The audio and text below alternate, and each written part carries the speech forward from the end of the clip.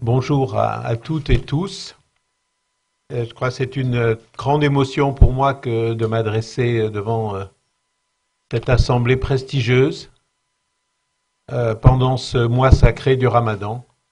Et je voudrais vous transmettre tous mes vœux de prospérité pour votre souverain Mohamed VI et aussi pour la nation marocaine et pour toutes les Marocaines et Marocains, en souhaitant que, au cours de ce mois, vous apporte santé, prospérité, bonheur, épanouissement de votre pays, pour lequel je sais que votre Conseil économique et social et vous-même, Monsieur le Président, vous œuvrez avec détermination. Nous vivons une période bien agitée. Je crois qu'en ce mois sacré du Ramadan, nous devons tous avoir une pensée pour tous nos sœurs et frères qui, de par le monde, souffrent. Et je pense ici particulièrement à la situation en Ukraine. Je pense particulièrement à la situation à Gaza, en Irak, en Libye et dans bien d'autres parties du monde, où malheureusement des conflits entraînent des pertes en vie humaine inutiles et qui nous rendent tous très tristes. Ma visite, Monsieur le Président, s'inscrit d'abord dans un contexte politique. Je suis venu pour soutenir le Conseil économique et social du Maroc, le plus jeune Conseil économique et social de par le monde, et je dirais un des plus actifs. La société civile, c'est un élément fondamental de l'évolution d'un pays pour assurer sa cohésion et pour assurer la stabilité et la cohésion. Je ne peux que féliciter le souverain et le gouvernement du Maroc et le peuple marocain qui a institué ce Conseil économique et social pour assurer à la société civile marocaine son institution. Car nous considérons, et c'est le modèle de l'Union européenne aussi, que la société civile, elle doit s'exprimer de manière organisée.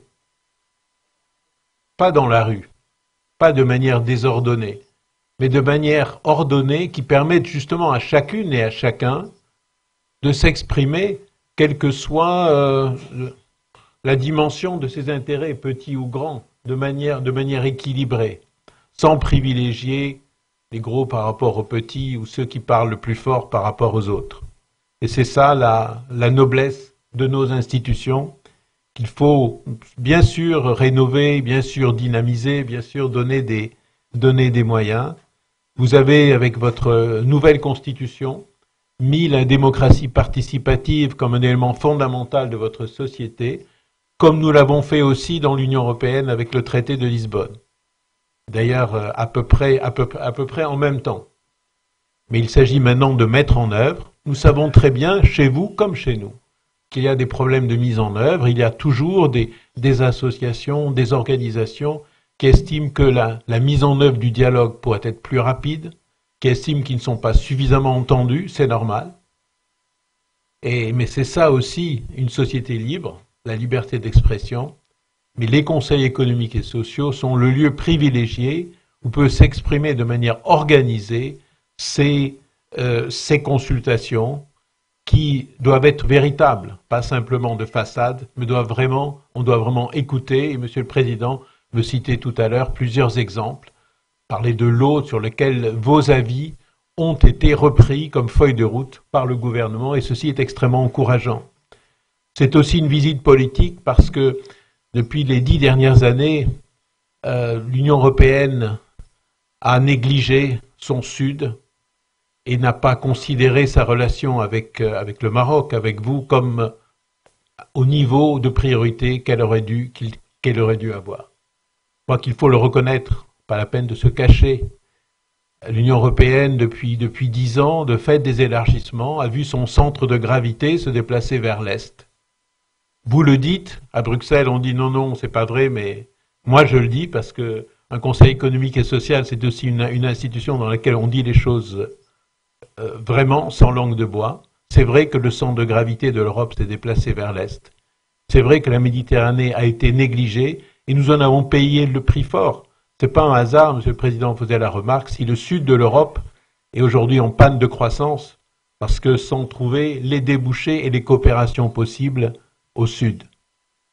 J'espère, je compte beaucoup sur mes collègues, les nouveaux présidents de la Commission européenne, du Parlement et du Conseil, qui seront nommés dans les semaines qui viennent, et je les encouragerai pour ça, pour que l'Union européenne rééquilibre ses priorités, car quand on va bien, on va sur deux pieds, et pas sur un seul. Et aujourd'hui, et depuis 10 ans, l'Union européenne a négligé le pied de sa relation avec le Sud, et notamment avec le Maroc, qui doit être une relation privilégiée, comme pont entre l'Afrique et l'Europe, parce que c'est un pays qui a fait preuve au cours de toutes ces années d'une stabilité exemplaire, d'une évolution exemplaire aussi, avec sa constitution que j'ai citée, et nous avons dans les domaines essentiels que sont la sécurité, la défense, justice, affaires intérieures, une qualité de relation qui est unique, il faut dire qui est unique avec aucun autre pays de la rive sud de la Méditerranée. Il faut donc se servir de ces relations privilégiées. L'Union européenne va lancer dans les mois qui viennent de nouvelles politiques, de nouvelles priorités. Elle en avait besoin.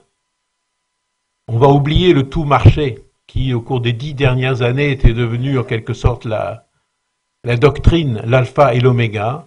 On va se recentrer. Le président Jean-Claude Juncker, futur président de la Commission européenne, l'a annoncé dans son discours la semaine dernière au Parlement européen. Il va se concentrer sur la réindustrialisation de l'Europe, les investissements, la création d'emplois, ce qu'on doit faire en partenariat avec le Maroc. On le voit avec les investissements croisés, avec ce qu'on appelle la co-industrialisation. Il y a là, je crois, un champ de développement, d'échanges économiques, en assurant la complémentarité de nos économies qui est fondamentale, mais dans le sens des avantages réciproques, bien entendu. La deuxième grande priorité de l'Union européenne dans les 5 ans qui viennent sera une gestion plus intelligente, plus humaine, plus rationnelle des problèmes de migration et d'immigration. Votre gouvernement, Monsieur le Président, a fait à ce titre-là des efforts remarquables d'intégration, d'humanisation, et nous trouvons, je crois, avec le Maroc, le meilleur partenaire possible pour une nouvelle politique communautaire des migrations, immigration intérieure, extérieure, nord-sud, sud-nord, est-ouest. Et je crois que là, nous avons à travailler ensemble sur ce sujet. Et puis cette visite, c'est aussi une visite de travail, car nous avons déjà beaucoup travaillé, même si nous avons eu une réception aussi très agréable, nous avons beaucoup travaillé. Et nous avons décidé depuis hier de mettre en place des éléments concrets et structurants de notre coopération, avec un suivi qui sera mis en place par des groupes permanents entre nos deux conseils. Je crois que ça ne s'est jamais fait dans le monde. On a établi des coopérations périodiques, mais pas de coopération vraiment structurée, pour faire le suivi de l'accord économique ALECA, dont les négociations doivent se poursuivre à partir de janvier prochain, notamment pour en mesurer l'impact pour les secteurs privés de l'Union européenne et du Maroc, pour l'emploi, pour les associations, les consommateurs, les questions de défense de l'environnement. Mais cette structure commune, comme nous en avons décidé tout à l'heure avec votre président, elle doit s'élargir à une réflexion générale sur la coopération entre le Maroc et l'Union européenne, le Maroc et l'Europe, et nos sociétés civiles, sur tous les sujets. J'ai cité l'immigration, sur lequel nous allons lancer un travail commun, en y associant en particulier la suggestion du président, les conseils économiques et sociaux de Grèce, d'Espagne et de France, mais aussi la question des jeunes, la question des compétences, la question de la mobilité, les questions des formalités pour les visas, des formalités de déplacement, ce qui est lié à la mobilité, les questions de coopération en matière de régionalisation. Le Maroc s'est engagé dans un mouvement de régionalisation, de développement des compétences des régions. C'est un sujet très intéressant pour nous, pour moi en particulier. La question de l'égalité entre les femmes et les hommes, qui est une préoccupation majeure que nous avons tous. Nous l'avons, nous, au Conseil économique et social européen, nous l'avons partout, d'amener à avoir des sociétés inclusives. Et sociétés inclusives, égalité entre les femmes et les hommes, l'accès des personnes handicapées aussi à la société et à des responsabilités. J'ai rencontré hier à la délégation de l'Union européenne des ONG représentant les handicapés, l'inclusion des questions d'environnement, des questions d'environnement qui sont aussi fondamentales, car vous êtes Conseil économique, social et environnemental, vous êtes donc en avance sur nous, Et là aussi, il faut un respect. Je sais qu'il y a chez vous, comme chez nous, encore des situations dans lesquelles, je vois notre collègue que j'ai vu hier, que je salue, qui représente les associations d'handicapés, je lui souhaite le bonjour. Et nous avons donc, je sais qu'il y a des gisements de mines, des atteintes à l'environnement dans lesquelles les populations se sentent pas assez écoutées. Il y a eu quelques exemples qui m'ont été donnés. Je crois que nos conseils économiques et sociaux sont aussi là pour écouter, pour faire passer et pour organiser cette participation de la société civile d'une manière pacifique et surtout d'une manière efficace, qui porte ses fruits et qui amène à des solutions et pas à des conflits.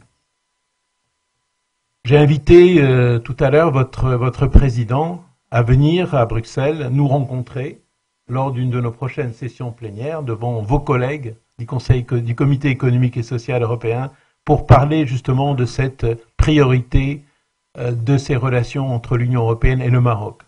Moi, je voudrais, pour terminer, pour respecter le temps qui m'a été imparti, Monsieur le Président, vous dire que en cette période donc sacrée pour nous, pour vous, mais très importante pour nous, du Ramadan, nous devons aussi avoir une vision. Les conseils économiques et sociaux sont dans le long terme. On n'a pas d'échéance électorale immédiate. Nous sommes dans le long terme, donc nous pouvons réfléchir à quel avenir nous voyons pour notre relation dans les 10 ans qui viennent. Les 10 ans qui viennent de passer, ont été perdus pour la relation entre l'Europe et la Méditerranée. Ils ont été perdus pour des tas de raisons qui tiennent à la situation géopolitique, qui tiennent aussi à que l'Union européenne elle-même a oublié sa rive sud, largement oublié sa rive sud. Moi, je voudrais que nous faisions en sorte que dans les 10 ans qui viennent, au contraire, nous bénéficions, le Maroc et l'Union européenne, d'une nouvelle perspective entre la Méditerranée et l'Europe. Cette nouvelle perspective, ce serait, je dirais, de revenir sur les fondamentaux des valeurs que nous avons en commun. Les valeurs que nous avons en commun, en premier lieu, c'est le respect de l'autre.